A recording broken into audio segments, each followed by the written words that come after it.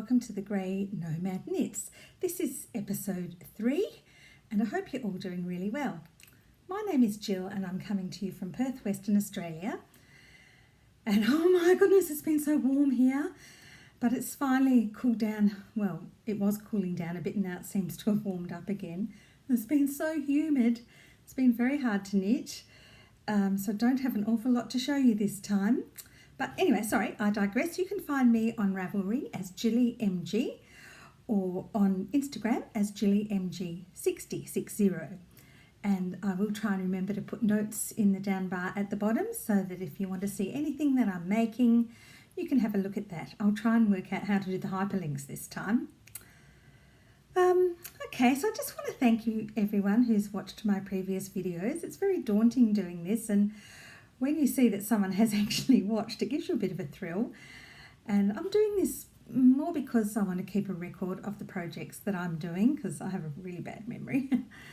And also we've got a lot going on in our lives at the moment, so it's a nice release to be able to get onto the internet and talk to people I don't know about things that I love doing. Kind of takes your mind off things a bit. So a big thank you to everyone, and I hope you enjoy what I'm doing and what will be continuing to do.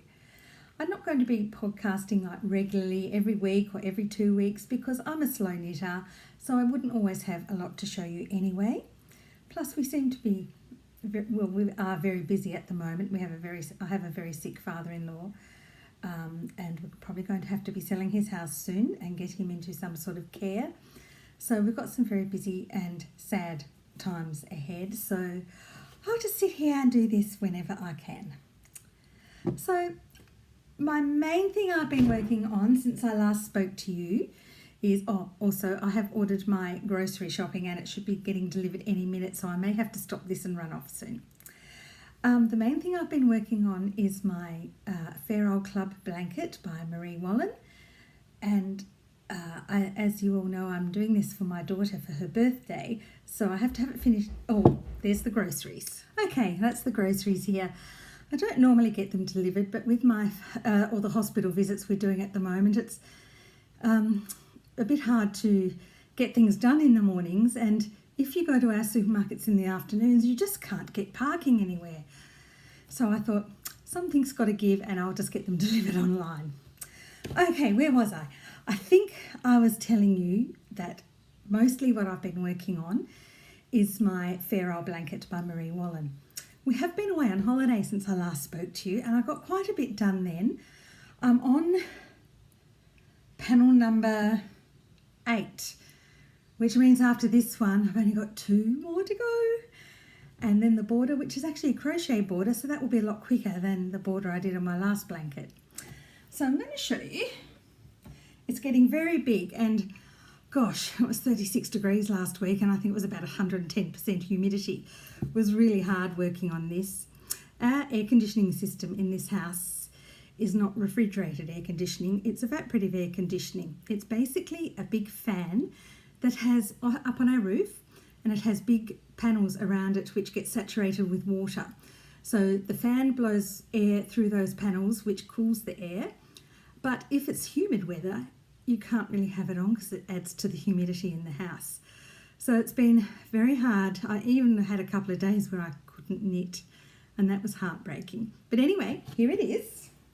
I'm just going to show you the panel I've been working on. So I took this down to Albany with me in the caravan. I finished panel 7 and I've almost finished panel 8, and the colours in this panel, look, they're really deep.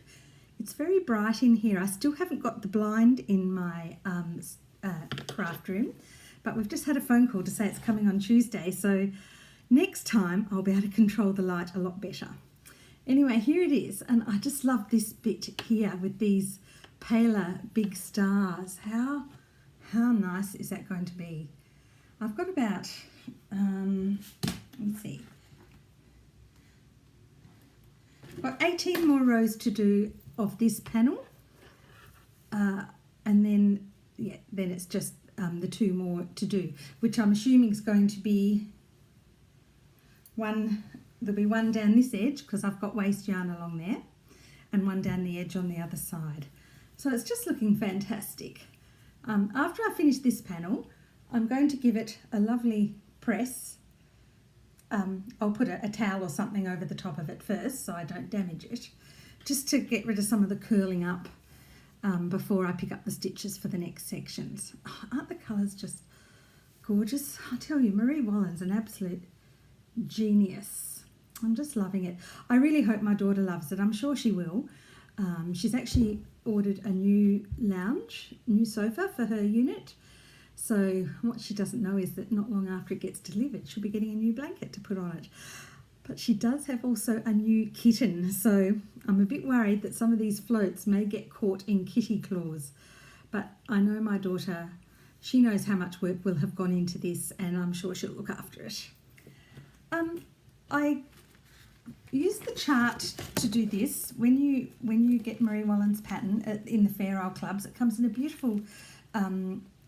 You can either get them all as printed patterns, or you can get the online the PDFs sent to you. So I opted to do that because I thought, well, you know, no point spending extra money when I can just print them. All I need to really print is the page with the chart. But she does send you a lovely gift pack with the first square all printed on beautiful card, and that comes in a lovely box. So as you print them out, you can add your other copies to that box. But I just wanted to show you what I do. I don't have a pattern chart keeper or anything, and I'm not going to show you all of this because obviously it's a very much paid for pattern. But what I do is I just print off the chart. And then as I do the rows, I just mark them off with my highlighter. So this is all I've got left to do now in this repeat, in this panel. And then I'm on to number 9 and then 10. I really want to get it finished now. So I'm probably still going to, mostly monogamous with this. My other projects will get put to the back a little bit. When I finish this pattern, when I finish this panel, I will have a couple of nights off so I can just refresh my memory on what other projects I have on, and then it'll be stuck back into it on the homeward stretch to get it all done. And I can't wait to see it in her house, and I'll certainly be taking lots of photos to show you all. While we were in Albany, well, actually on the way to Albany, it's about a 5-hour drive from Perth. So I took some knitting in the car with me, and there's no way I could take my blanket because it was just going to be too big and too awkward. So I took my softly cardigan that I'm working on by the lovely Hanna, how do you say it? Maciejewska? I don't know. I love this, the softly cardigan, and I'm using DingoDyeworks jumbuck yarn in the Coolgardie colourway. And oh, I just love it so much. I've almost finished the body, and then I'll only have the sleeves to do. So it's quite a long cardigan. Oh, look at that colour. I don't know how well you can see it. The light's not terribly good at the moment. That's one of the front bands I'm showing you. And so this is the front, this is the top.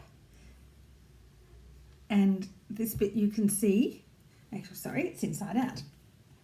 It's reverse stocking stitch, and you have this beautiful lace pattern across the back, and that will stretch out when it goes across my big back. So the lace pattern should be really pretty. And then the lace slowly then goes down to just a few strips of lace, and then you go down further and it's just all reverse stocking stitch. You're also increasing as you work your way down the front. Look at that, isn't that cool? Oh, and there's also this lovely slip stitch feature to make a bit of a faux seam down the side. That's the armhole, so down here. And then this is the front. Oh, it's going to be so nice. I am actually going to get a little clasp at the front. I hate cardigans flapping around if you're walking out somewhere and it's a bit windy. And I really like to be able to have something just to keep them loosely button. I'm not sure yet. I think you can get some sort of leather fastener that's got like a little screw on it that you poke it through and screw it back on the other end. I think I'd rather do that because I haven't made any buttonholes, and I'd need a fairly big button on this, and that it just wouldn't squeeze through these little holes. So I think that's what I'm going to do. I've seen some at Espace Tricot in Canada, and I may order those, but they're $45. So if anyone in Australia is watching this and knows of where I can buy some in Australia, please let me know. But anyway, this is the front, and you slowly increase at where this faux seam is. There's an increase on the front panel every 10 rows, which is going to give that lovely A-line sort of effect. And I've finished all the increases now, and I think if I measure it, I'm probably almost at the stage now where I put the band along the bottom, and the band is a repeat of this lovely pattern from the top. So it's the patterns at the back, and also down these side panels, it's also going to go across the bottom. So I'll get that done. I'll probably take it to my knitting group tomorrow because I can't take my blanket, it's too big. So I'll take this, and this pattern's really intuitive. It's very easy. I don't need to follow the pattern or anything now. So I'll take that, and I might work on it for a few nights when I finish the next panel. Although I should really do a bit more of my Catherine Howard, because I don't want to forget where I'm up to on that. So we'll see. But anyway, once I start the sleeves, it's going to be pretty quick from there. But I still want to finish my blanket first. So that's all I've been working on. So this is going to be a very short podcast, but I wanted to share a couple of other things with you. A bit of dream knitting, and I'm going to get my phone up to see if I can find these patterns for you. The pattern is called Jo Batt's Arm. Oops. It's got Jo Nat's Arm. Jo Batt's Arm. Oh, it's so beautiful. I just love it. It's by Jennifer Beale, who is Knitjbeale Designs on Ravelry, and I just love it so much. Let's go to get this picture up so you can see. Look at that. Isn't that just stunning? So you've got all this lovely lace work and cables on the front. And this raglan design and the Batt design on the bands, I think it's done separately and sewn on. I'm not quite sure. But I just love it. I've already bought the pattern. It's in my library. So that's added to my list of things I want to knit. And I have got a couple of yarns here that I could do with it. I've got two choices because I'm going to try and use yarn that's in my stash. I've got this lovely 8-ply, or DK, sorry, we call it 8-ply here in Australia. Oh no, sorry, that's a 4-ply. I tell a lie. Anyway, I've got a similar colour to this in the 8-ply from White Gum Wool, which is a farm in Tasmania who have their own sheep, and they, you know, have their fleeces and spin their own yarn. Oh, it's absolutely beautiful. It's merino. It's merino. Yep. This colour is called Flax Lily. Oh, it's just divine. They have the same colour range in their DK and their fingering weight yarns. So, yeah, even if, actually I'm not sure now that I think about it that I have got this in the DK, but it would be easy to get if I wanted it. I love this colour, and it would be very easy to have this as a main colour and to find some other colours to go in that lovely raglan border. That would match nicely. So that's one thought. Then also in my stash, when I went to the Bendigo Wool and Sheep Festival last year, I had a lovely time. And I got some Ren and Ollie yarn, and I have never seen their yarns in real life before. They had a stand of all DK yarns, and look at this colour. Oh, it's not going to show up very well, I don't think. It's a beautiful deep turquoise. It's, let's see if I can oh, it is superwash, 100% superwash merino. But I think it will drape really well, and probably you wouldn't strictly use this for a colour work design, but I think in that pattern it will be perfectly okay because the colour work is almost done separately. And I think I'd be able to find enough odds and ends in my stash to do the colour work in, which means I wouldn't have to buy anything if I use this one. So that's my two choices. I absolutely love it. And yeah, we'll have to see, but I can't cast anything else on yet, as you know. But we'll see. Lots of exciting things ahead. This being retired is fantastic. Much more time to knit. So that's all I've got to show you for what's happening at the moment. But I thought I might, over the next few episodes, show you a few things that I've knitted in the past. And up until about probably 4 or 5 years ago, I'd never heard of Ravelry. Didn't have a clue. I used to just go to our local store, either Spotlight or Lincraft. I don't even know if Lincraft is still around. And they would sell pattern books by Patons. I think people in the Northern Hemisphere pronounce it patterns. Here in Australia, we say patons. And you know, when I was growing up, that was the staple. That's what my grandmother knitted with. That's what my mother knitted with. So when I started knitting, that's what I knitted with. Patons or Claqueton, which is another Australian yarn. And actually, I'll try and find some of their pattern books and show you on my next episode. They're a bit of a blast from the past. I've got a lovely jumper that I knitted out of one of them years and years ago. When I say years ago, probably about 12 years ago. And it's still wearing really well. It's a real, you know, rough and ready, round the house jumper. But I love it. And on a cold winter's day, it's really warm and scrumptious. So, so over the last few years, I've become really friendly with Ravelry. And I can spend hours on there going through, I can't tell you, I think I've got about 300 patterns in my queue or something. I did have a weed of my queue at one stage, so I think it has gone down now. And sometimes things like that Joe Batt's arm from Jennifer Beale, they just stand out at me so much. I have to take them out of the queue and add them to my spreadsheet of things I must do. So that's definitely in the mix. Hopefully not too far away, I'll be able to cast it on. So today I'm going to show you just 2 of my shawls that I've made. I'm not a great shawl wearer. I wear them more like scarves. I don't really like the big triangular ones that you wear with the triangle coming down the front, mainly because here in Perth we don't wear big heavy I think that style looks really good with a coat, but I don't wear coats much here in winter. Just a warm cardigan's all we need, because it doesn't, you know, 16's about, occasionally you might get down to 12 or 13, but very rarely.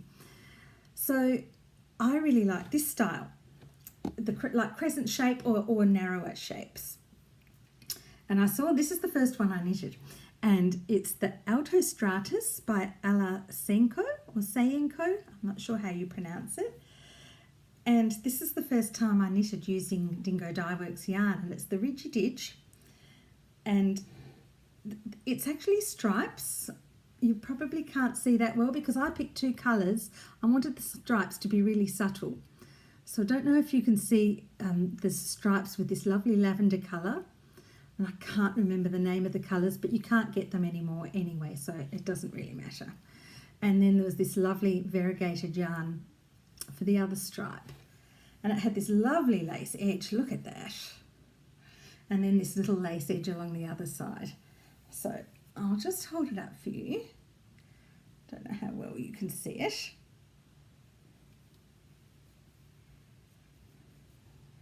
And it's not going to look very good along my red top, but this is how I would tend to wear it.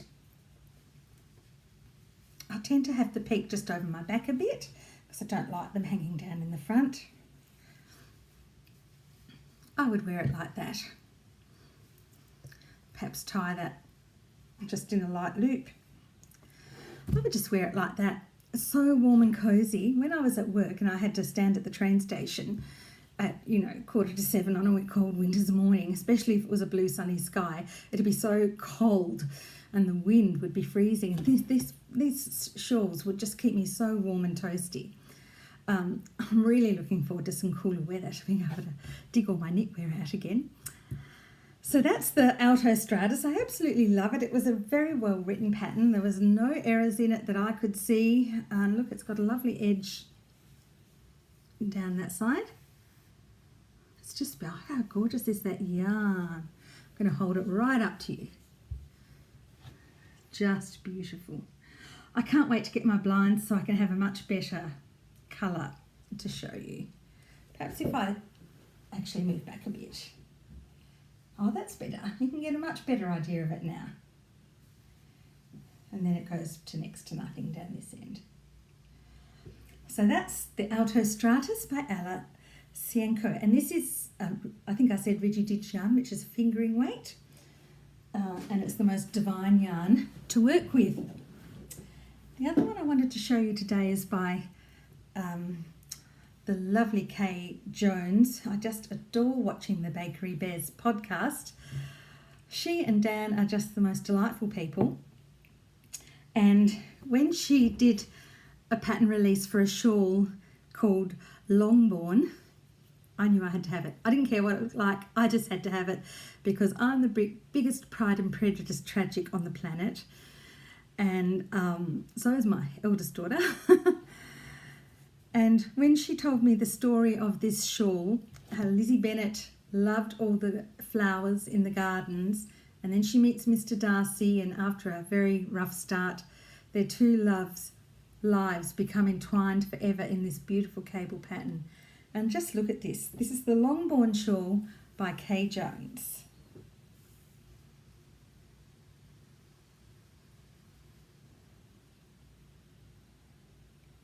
So beautiful. That lovely cabled border. I don't even know what you can see because I'm totally behind this.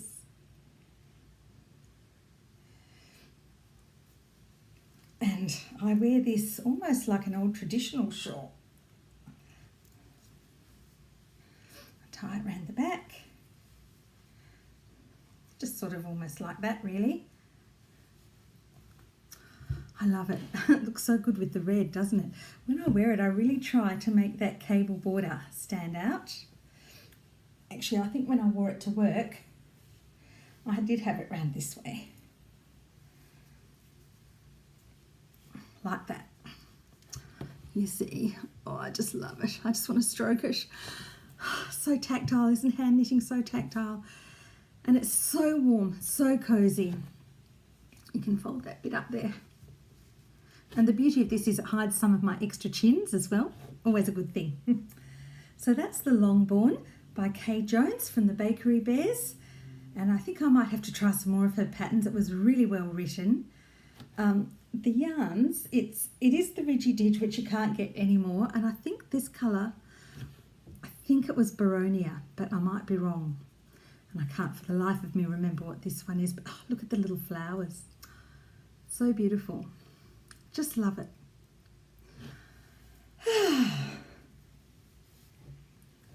So that's all I have to show you today. Just another thing I wanted to quickly talk about was, I think I mentioned in my very first episode that I'm trying very hard to become a bit fitter, more healthy, and the byproduct of that is hopefully that I'll lose some weight. I have very sore joints, especially my legs and my feet. And I think the time has come to say, well, I'm only short, 5'2", and really my body doesn't want to carry around all this excess weight anymore. I've been floundering a bit because we've been out so much running around between nursing homes and hospitals the last few weeks, especially since we got back from Albany. So I've tried to think of something that can spur me on, give me a bit of a kick. So I've decided that even although I wasn't going to cast on anything until after I finished the blanket, I've decided that I'm going to have a new cast on every time I lose 5 kilos. 5 kilos, I think, I'm not sure what it is in pounds and stone, but I think 7 kilos might be 1 stone. I'm not sure. I could probably check, but I'm not going to. But you can all check if you like and let me know. So I think 5 kilos is quite a good time to have between cast-ons, because it's probably going to take, I don't know, 7 or 8 weeks to do that. I weighed myself last week and I've lost 1 so far. So I've got 4 to go before I can do another cast-on. And I think although I was going to choose at random what I was going to cast on, I think I am going to make my black cardigan that I spoke about next week. That will be my next one. It could possibly mean that I end up with a whole pile of works in process, because I've still got my lace wrap that you haven't seen today. I've still got my Catherine Howard that you haven't seen today. And I've still got my Attic 24 sweet pea blanket that I haven't finished, although that hasn't got a lot left to do. So I could end up with so many works in progress that far more than I've ever had in my life. But you know what? I don't care. And I don't care if I just cast them on and then they get put away for a bit. It's just the thrill of a new cast on will really motivate me. I found last week that when I thought of having something I shouldn't, I thought, no, I want to lose that 5 kilos and get my next cast on happening. So I'm hoping this will be the spur that I need, and that as I lose weight and start to feel fitter and healthier, I'll be able to walk for longer, stand for longer. It's all positive, really, isn't it? It's a no-brainer. So we'll see how we go, and I'll keep you posted. There was something, oh, I know what I wanted to tell you. Just very quickly, we had a wonderful holiday in Albany, and I am going to put some photos either at the beginning or the end. Some beautiful beaches down there. We had a drive to a place called Bremer Bay. That was about a 1.5 hour drive from Albany each way. So that was a full day out, and it was beautiful. We took a picnic lunch with us and sat at the beach. There wasn't another soul there, and I'll put in some very dodgy video from the beach because it was just so beautiful. The water, so clean. And our caravan, our little camper trailer van held up really well, but we have decided to trade it in and we're going to get an actual proper caravan. So we've been very fortunate that we're able to do that. We're getting a pop top one, so the roof at the top will come up about 18 inches, I think, which gives you the headroom inside. So it's not, and that comes back down before you travel, so you're not travelling with a full height van. So we're going to have some lovely times to look forward to in that. It has been ordered and it will be ready probably towards the end of June. And yeah, so hopefully later in the year we'll have some wonderful travels to look forward to, and we'll be in comfort, which will be lovely. So that's all for today. I hope you've all had a really good couple of weeks, and I'll look forward to seeing you again, probably in about 3 weeks' time, I think. Depends how I go with my blanket. So that's all for now. Cheerio and happy knitting, everyone.